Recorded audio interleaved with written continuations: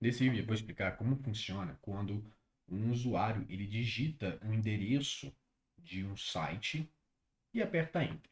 Como é que funciona até fazer com que a página que ele digitou ali seja renderizada, seja visível para ele.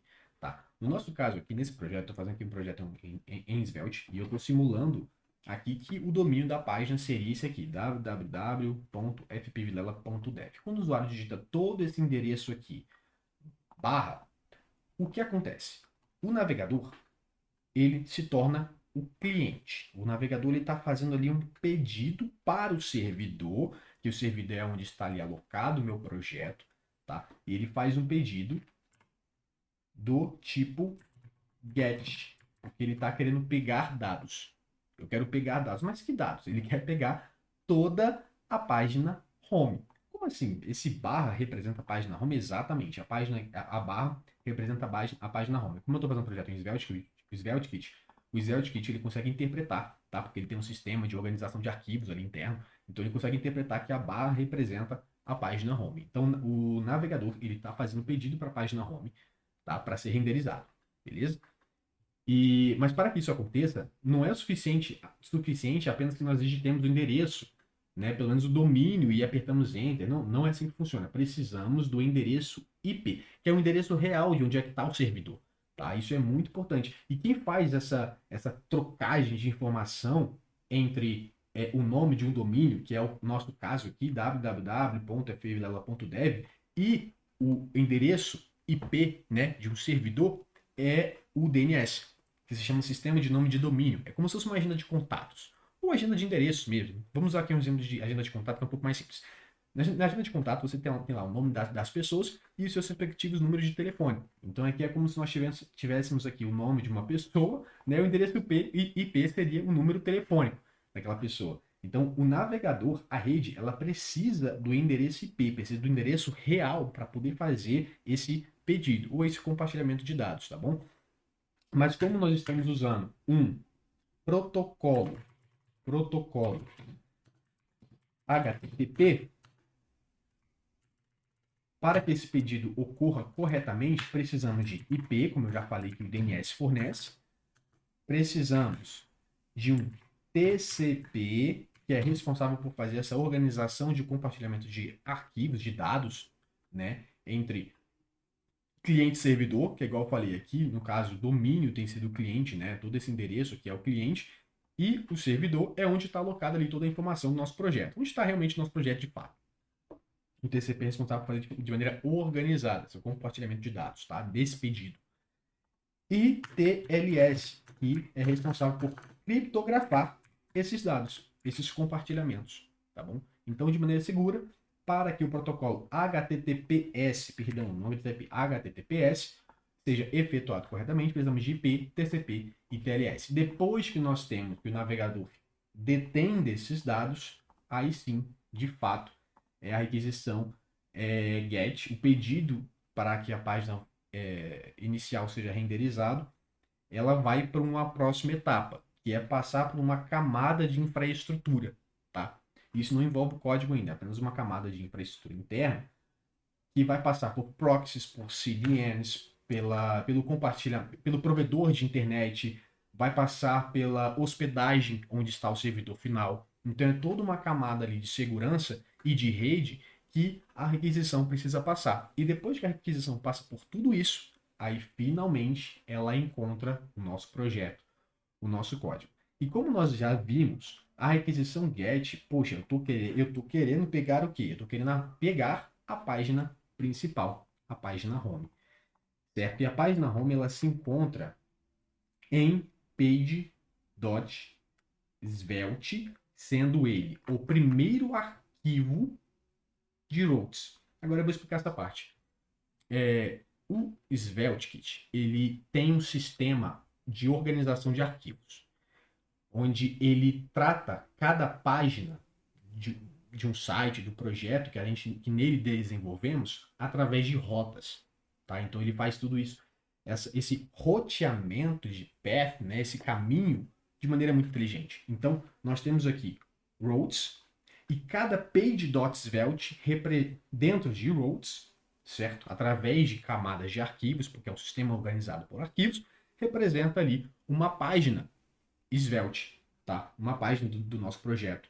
E o SvelteKit, ele consegue interpretar a barra como sendo a nossa page.svelte mais próxima a root, sendo ela a página home, tá bom? E só que beleza, o navegador já disse para o servidor que ele quer essa página, mas ela não é executada de imediato. Por quê? Porque é necessário que os dados internos do projeto sejam carregados primeiro, antes que a página apareça, porque imagina a página home aparecendo sem os dados, né, os dados importantes, né? Então nós vemos aqui em page.server.ts, tá? Onde todos os dados importantes são carregados para que a page.svelte, a página home, seja de fato renderizada. Isso porque todos os dados relevantes desse projeto, que por sinal é um currículo, como se fosse um currículo, né, interativo interno aqui do projeto, estão nos arquivos YAML, tá? Como se fosse um banco de dados, tá? Então, page.server ele vai ser executado primeiro. Isso é importante. E a primeira função a ser executada no projeto é a função load, tá? Dentro da função load, onde vai carregar os dados. Aí vamos lá, o que essa função load faz? Ela é responsável por carregar, por ler e carregar todos os dados brutos YAML, todos os dados presentes no nosso banco de dados, tá? E tratá-los, transformá-los de maneira que a homepage, que a página principal, possa renderizar, né? Possa ser renderizada, tá bom?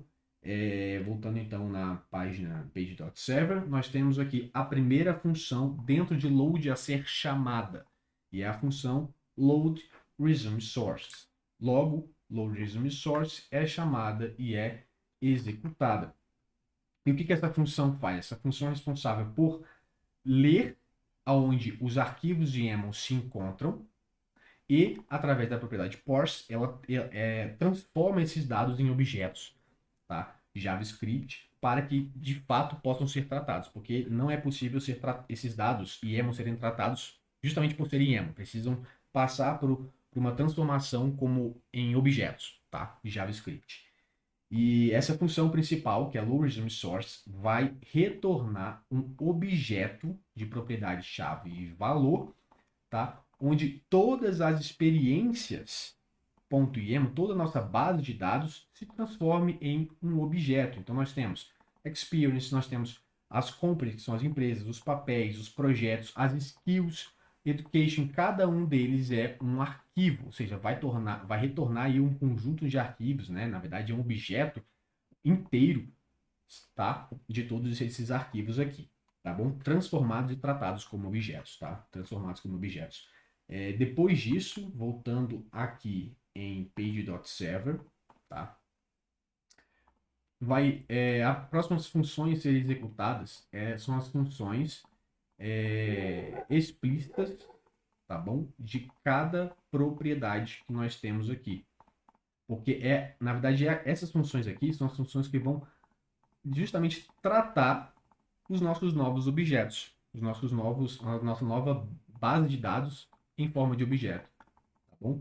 Vamos começar aqui pela primeira função a ser executada, que é logo após load resume source ser chamado, que é get contact actions, certo? Clicando aqui em get contact actions, ela tem como responsabilidade retornar um array de objetos de contatos, tá? Dos contatos que nós temos aqui em contact.yaml. Pode ver que e-mail já está aqui demarcado e é por isso que ele vai aparecer contact aqui. Ele vai aparecer como objeto e depois, através de um bind, nós temos o restante dos objetos aqui, tá bom? Onde cada link vai se tornar um objeto, cada URL, né, vai se tornar um objeto. E dentro desse objeto nós temos o nome do objeto, que vai ser a própria label. Temos o value, que vai ser a própria URL daquele objeto. radio F, que vai ser de fato o link, tá? De fato o link. Dentro dessa função get social actions, nós temos o formato social actions, que vai transformar melhor, né? Vai fazer um tratamento dos nomes de cada link, tá? Porque eles estão em letras minúsculas e vão passar a ser letras maiúsculas de maneira correta, como os nomes oficiais são, tá? GitHub e LinkedIn, beleza? E também nós temos o formato social value, que é o próximo função executada, que ela vai somente remover o HTTPS dos links, tá? De maneira mais estilizada mesmo. Depois disso, dando continuidade, voltando aqui para page.server, nós temos aqui education, tá? A propriedade education. E essa função, logo em seguida, ela é executada, tá? E essa função principal, ela apenas retorna de uma maneira mais tratável mesmo, com que a nossa página inicial vai conseguir poder usar de melhor forma esses dados. Por quê? Cada dado que entra aqui, ao invés de ter a entry.id, por exemplo, vai ser somente id. Entry.graduate, que é a graduação, vai ser apenas graduação, tá? É um objeto, tá bom? Que vai essa função getEducation vai retornar um objeto da minha graduação, nesse caso aqui, tá bom? E dentro desse retorno, a primeira função, a única função ali chamada executada é a função formar degree, que ela vai unir o nome da graduação junto com o título em uma frase, tá? E depois disso, vamos dar prosseguimento. Depois de getEducation, nós temos a função getCourse. Então, em getCourse, no arquivo build-course.ts, nós temos aqui a função getCourse, tá? Que retorna um objeto de cada curso, tá bom? Desenvolvido. Nós temos os IDs, os títulos, o provider, na mesma pegada da função anterior, tá? Isso é importante. E no final aqui vai chamar a função executada é getCourseLinks, tá? getCourseLinks vai fazer um mapeamento para também poder tratar da melhor forma os links, tá? Para a homepage. Em seguida, dando continuidade, page.server, nós temos aqui experience. Função getExperience,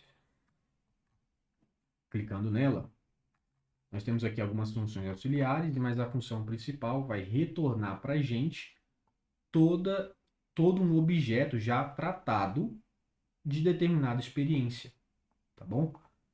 De todas as experiências no caso aqui, tá?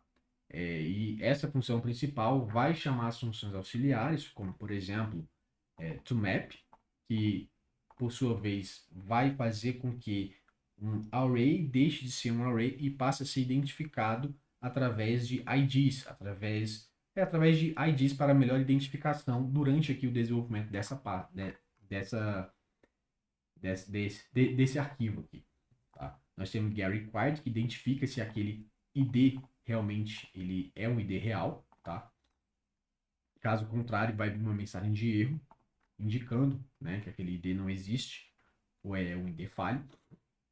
getCompany_AUF, tá? É uma outra função auxiliar que tem como objetivo retornar o link que corresponde ao nome website, que é o site, o que? O site da experiência. Na verdade, é o site Company AUF, é o site da empresa, tá?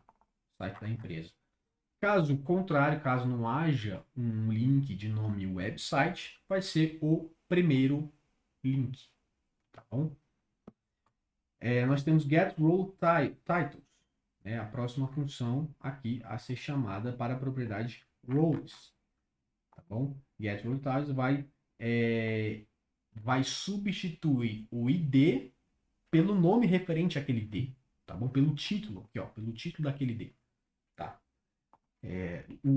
Do ID do papel específico, tá? Dos papéis executados em determinadas experiências, tá? E em Projects nós temos a função ProjectLinks, que é a próxima função a ser executada no retorno da função getExperiences, e ProjectLinks, essa função, ela retorna um objeto já tratado para a página principal, que é o label. Nós vamos ter o nome do projeto, né? Do caso, isso, o nome do projeto e o próprio link AUF, link referenciado na própria página. Então, se o usuário, por exemplo, clicar em determinado link de projeto, ele vai ser levado para aquele projeto, para aquele card daquele projeto, entendeu? Isso é muito importante. Seguindo esse raciocínio aqui, voltamos aqui para page.server, que ainda continua sendo a função aqui page.serverLoad a ser executada. Vamos a language, getLanguage. GetLanguage é uma função que retorna a mesma coisa, não muda muito. Ela vai retornar um objeto, né, onde lang, pode ver aqui da melhor forma, em language, nós temos aqui lang, que é a língua, e o valor daquela língua, a proficiência, ou nativo ou intermediário, em que de maneira tratável, por isso que é importante em build-language, que a gente consegue fazer, né, esse tratamento de item.lang, ou seja, o item específico, uma determinada língua específica, nós vamos ter, ao invés de item.lang, vamos ter apenas label, que vai ser o nome dela. E ao invés de item.proficiency, vamos ter o valor, que é, no caso, como nós vimos aqui, ou é nativo ou intermediário, tá bom? Dando prosseguimento, a última função aqui a ser executada é getProjects, tá? Em getProjects, essa aqui também é uma função muito importante, que ela vai retornar para a gente todos os projetos em forma de objeto, tá? Vai retornar os bullets, as skills, os links, todos os conteúdos, tá? De maneira já filtrada, tá bom? E a função principal, que é getProjects, vai retornar para a gente apenas os projetos selecionados para a página principal, tá? Não é à toa que tem aqui, ó, Project Feature, e também a ordem em que esses projetos serão apresentados, porque se nós vimos aqui em project.yaml, nós temos, por exemplo, feature, tá vendo aqui?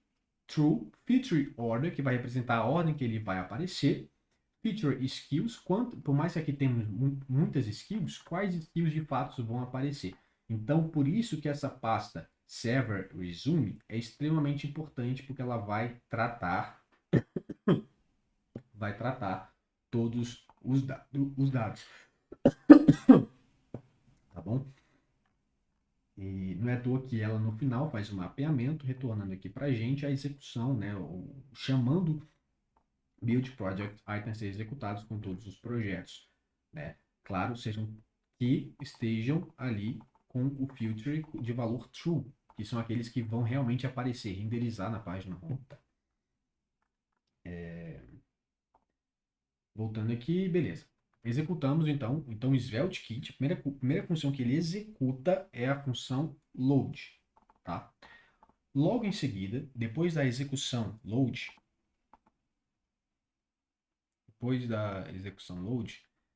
a primeira função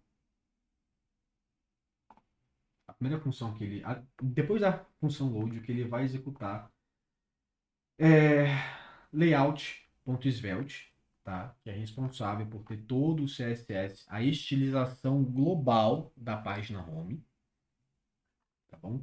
Com a cor, espaçamento, estilização, enquadramento, enfim, tudo que envolve a estilização, design, o layout é executado logo após os dados serem renderizados, tá?